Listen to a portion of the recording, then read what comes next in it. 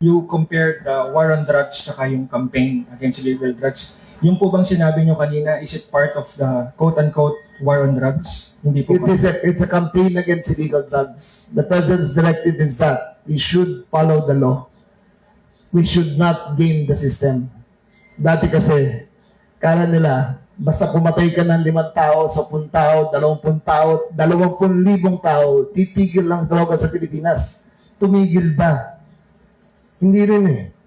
Pero ngayon, sa sistema na ginagawa ng PNP, PDEA, DILG, Dangerous Drugs Board, kumonte ang drugs sa Pilipinas.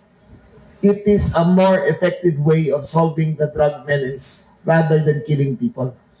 Sec, are yung nila, na sinasabi nyo po, sir, last na lang po, clarification lang, sir. Papaikutin at lang. Clarification lang, sir. Last lang, sir.